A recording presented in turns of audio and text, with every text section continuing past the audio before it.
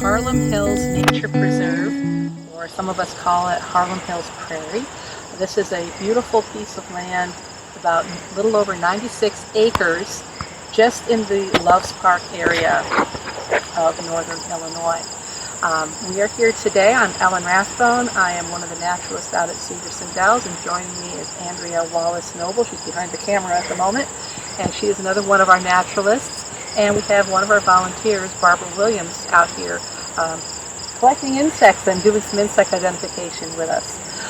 So we are here today to talk to you about Harlem Hills, which is a gravel hill prairie, and that makes it very unusual in our area. Because once upon a time, all these green marks, all these little green marks along the edge here, those were all gravel hill prairies that were left behind here after the glaciers went through. Of course, they weren't prairies at the time, they were just gravel deposits. But over the millennia, these prairie ecosystems formed. And as you can see, as we look around here, there's been a lot of development, and very few of these are left in the state anymore, and only this is what remains here in the Rockford area. So back in the 1950s, George Fell and his father, Dr. Egbert Fell, they came out here and did a lot of research out here because Dr. Fell really had a passion for these gravel hill prairies, and he wanted to get them preserved, and he did a lot of floristic studies out here, studying the flowers that were growing in this area. When his son George formed the Natural Lands Institute, this is one of the first pieces of property they wanted to acquire, and they did it in memory of his father. And they were able to get it and eventually turned it over to the Illinois Department of Natural Resources. Over the years, additional tracts have been added, so from the original 56 acres to now over 96 acres, we have nearly 100 acres preserved here, which is pretty awesome. As you can see, though, the development is encroaching, and that is a concern because this area, squirrel moment, this area is unique. There are very few gravel hill prairies left, and this one is probably the highest quality one that remains. So we're going to take you on a journey today through this prairie and introduce you to some of the plants that live here, the geology of the area, some of the insects, and some of the general history. Here I'm joined by the gray-headed coneflower, also known as the yellow coneflower. Now this is a beauty that graces a lot of our prairies, especially drier ones, and a fun fact about it is its seeds smell like black licorice, and it's actually a pretty strong smell. So if I collect these all day, I'll end up having a headache, but they're beautiful and we're so glad that they're here. I'm Barbara Williams, and I'm a volunteer for Forest Preserve Districts and for Severson Dells. I've just caught a little dragonfly here. And you can see it's really quite little. It's a female of a group called meadowhawks, and they live down low in these grasses. The females are actually easier to identify than the males are. The males are usually bright red. Females yellow to brown to red.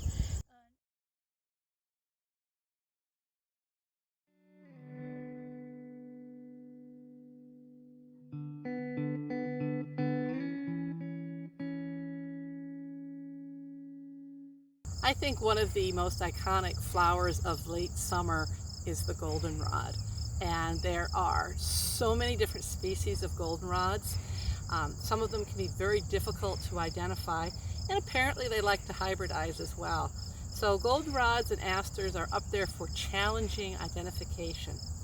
This is one of the easier ones to identify, however. This is stiff goldenrod. It's got a single stem that comes up with these broad leaves on it, and then the flower head at the top. And it's just starting to come out now, so we're at the beginning of the goldenrod season. We got a little goldenrod beetle up on this one over here as well.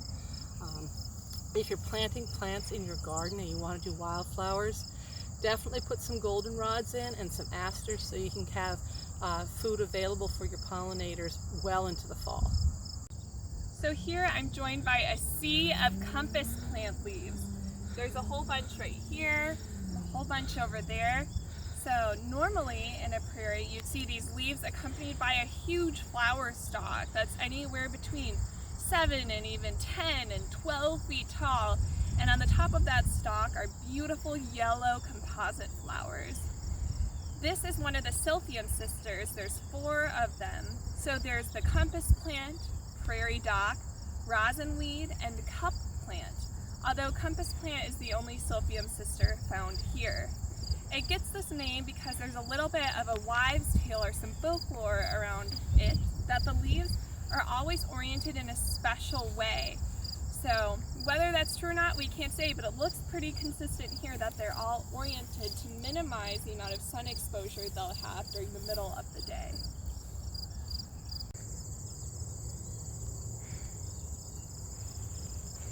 So as we've been walking through the prairie here, we just came across this beautiful stand of Prairie Dropseed. It's one of our native grasses. It's got these long, slender leaves on it and often forms a beautiful mound.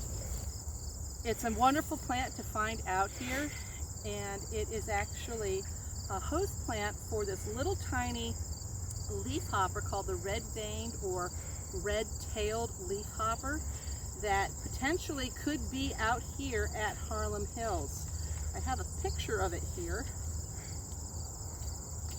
There's the photograph of it, and these guys are really tiny, like 3 to 4 millimeters long. So good luck finding one.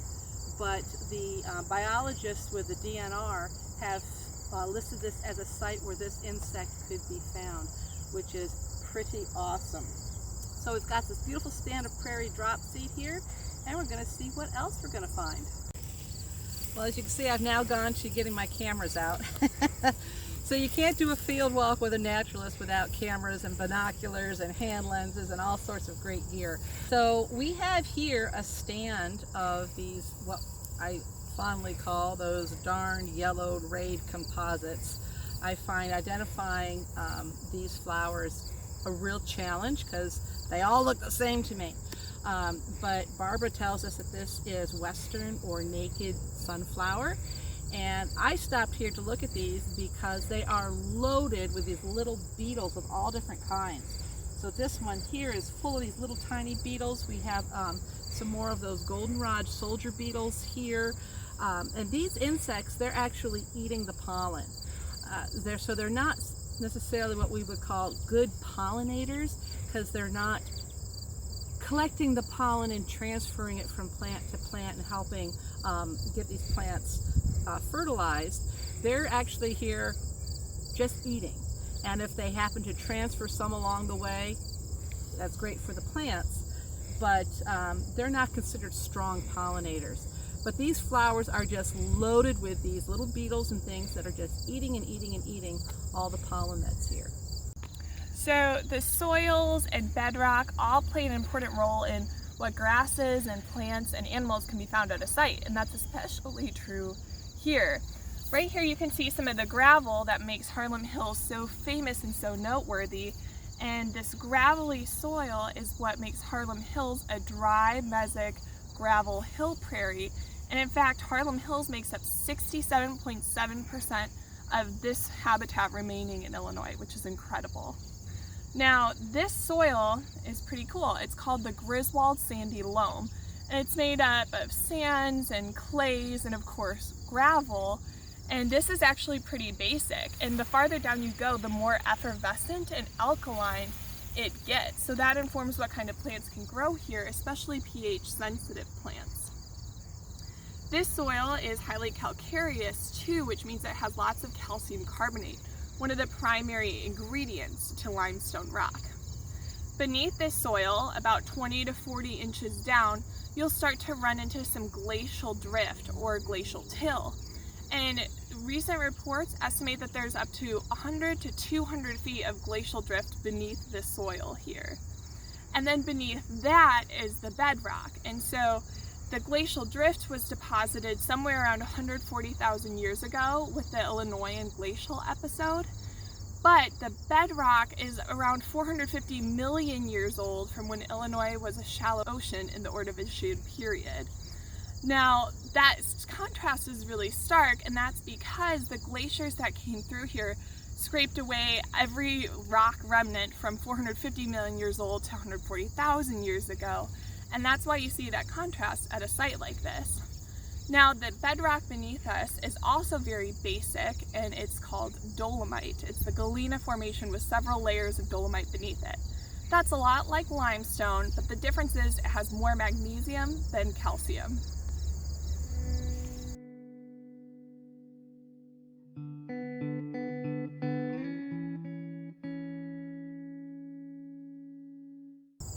So one of the things that makes our grasslands grasslands is maybe obviously grasses. And I think a lot of people don't give grasses a lot of credit. They are gorgeous, especially in the late season when they're starting to bloom. So here we have Indian grass, and it's just starting to get its pollen, little pollen pouches sticking out here, so you can see the yellow dangling here. As the season goes on, this is going to have gorgeous colors in it, blues and purples and reds and oranges, and then the beautiful russets that are going to be in the flowering head of the grass. Next to it here, we have big blue stem, also called turkey foot, and you can see why with the 3 prongs up here. And it's just starting to bloom as well. Here we have a couple little of the pollen sacs dangling right here. And again, gorgeous colors, especially late in the season. So we've had prairie dropseed, we've got Indian grass, we've got big blue stem, and we'll see what other grasses we have. So as we were poking around out here, we kept coming across these plants with these little silver gray leaves that I find absolutely fascinating because they are covered with these long silvery hairs, and they're so incredibly soft. And then we just found this one in bloom. This is Silky Aster, and it's a beautiful little plant. It's just getting going. We have another little white aster that's out here blooming. We'll probably get some footage of that as well. But we are, like the goldenrods, we are entering the aster season. So Silky Aster, and I have it here in tall grass wildflowers. There's one in full bloom there. So you can see ours only has 3 flowers going here at the moment, but it is a gorgeous little plant. We're out here in the middle of Harlem Hills Prairie, and we're hearing a Henslow Sparrow calling from over in this direction. We've actually seen him, but he's staying low in the grass. It's fairly late in the year for birds to actually still be calling, but he's still vocalizing, probably holding a territory here still. Henslow sparrows have very specific grassland needs. They are a grassland bird, very specific needs. They don't like places that get burned too often. They like all this stuff that's on the ground. They like to nest in all the old dead grass and old clumps of weeds and so on from the previous year. If the ground is too clear, they'll move on to some other place. So it's really nice to get Henslow sparrows out here. They've started to make a resurgence in the Midwest since prairies have been preserved and restored. We just stumbled across this gorgeous blazing star, or liatris, blooming out here. There's several that are coming along right now, so it is the time of year. It gives a nice splash of purple against all the green and yellow and white that's out here. This one is rough blazing star, and right now it is simply covered with these soldier beetles that are well, avert your eyes, they're copulating. And we've got some pollen-feeding beetles on there as well. So this is a really nice find out here, just about at peak bloom. So another one of our blazing stars that we have out here is this little guy. This is cylindrical blazing star, and if you look at it, it's, well, certainly here a lot shorter than the other one was, and it only has a very few flower heads on it. And each one is very Spartan looking compared to the other one, which was super dense. And this one is a lot more open and doesn't have anywhere near as much going on in the flower head as the other one did.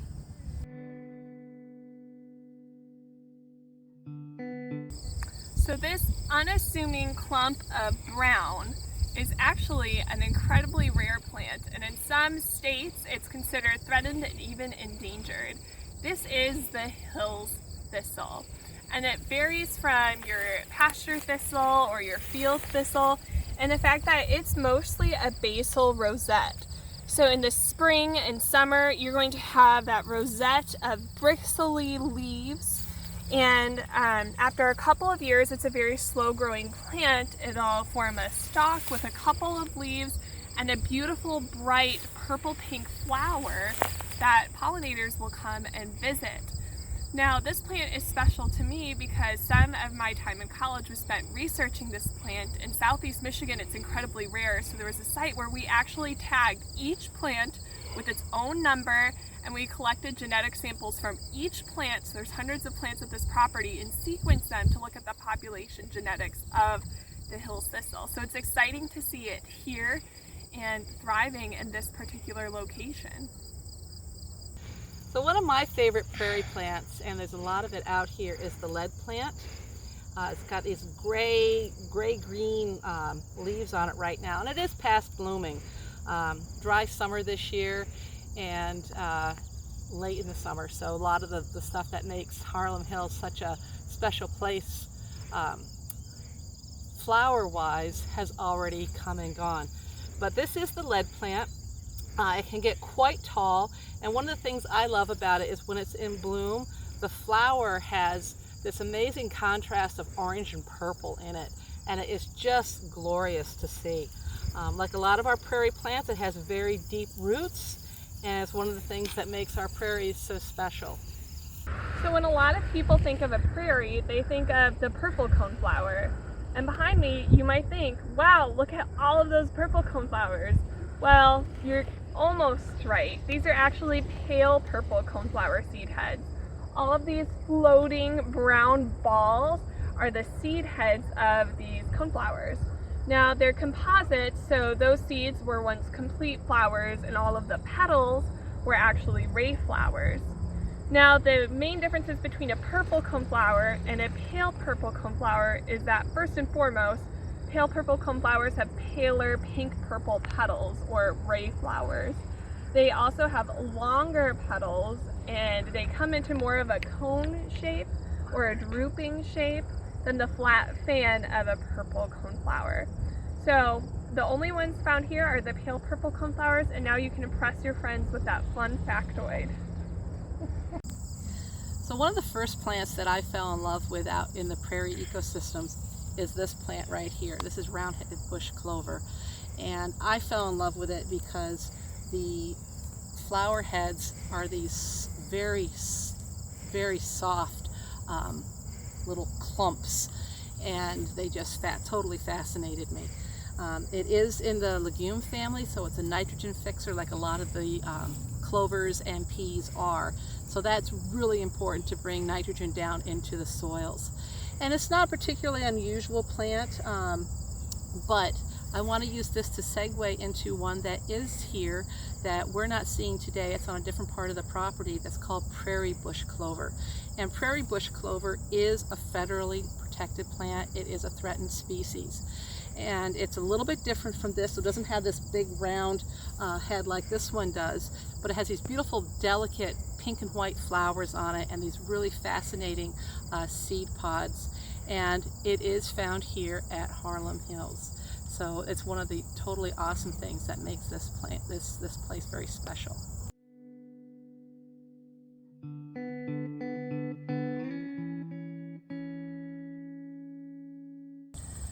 Another really fun flower that's out here is thimbleweed. And here we have one that has gone to seed. So it kind of reminds me of cattails, the way it just completely poofs out, and it's very cottony. And you'll see these all out in the prairie here. There's another one over there. Oh, there's two more over there. And inside the cottony puff is the little tiny seed.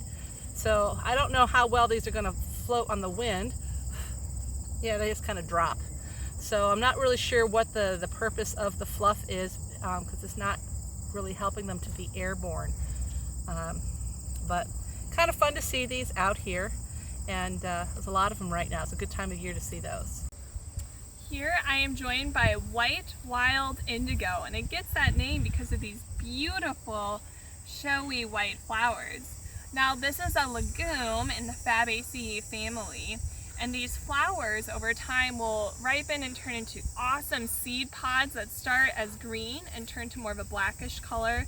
And I have a hard time collecting seeds from this because they are really susceptible to mold and getting eaten by other things. But these are still really robust in the prairie, and they're a favorite of bees who are robust enough to get inside these flower heads and collect the pollen and nectar. When you're learning your flowers, there's a lot of things that you can learn to get specifics to families. And one of the things that I love is that things in the mint family have square stems. So here we have one of our mint family plants, and if you feel the stem, it is square, which is kind of awesome. This plant also, if you look real closely, has very fine hairs on the stem as well as on the leaves. You can actually feel they're very downy feeling. And it has a spike of flowers here with these little purple flowers here. It's almost done blooming this year. This is hoary vervain, and it is one of our native plants that is found here at Harlem Hills.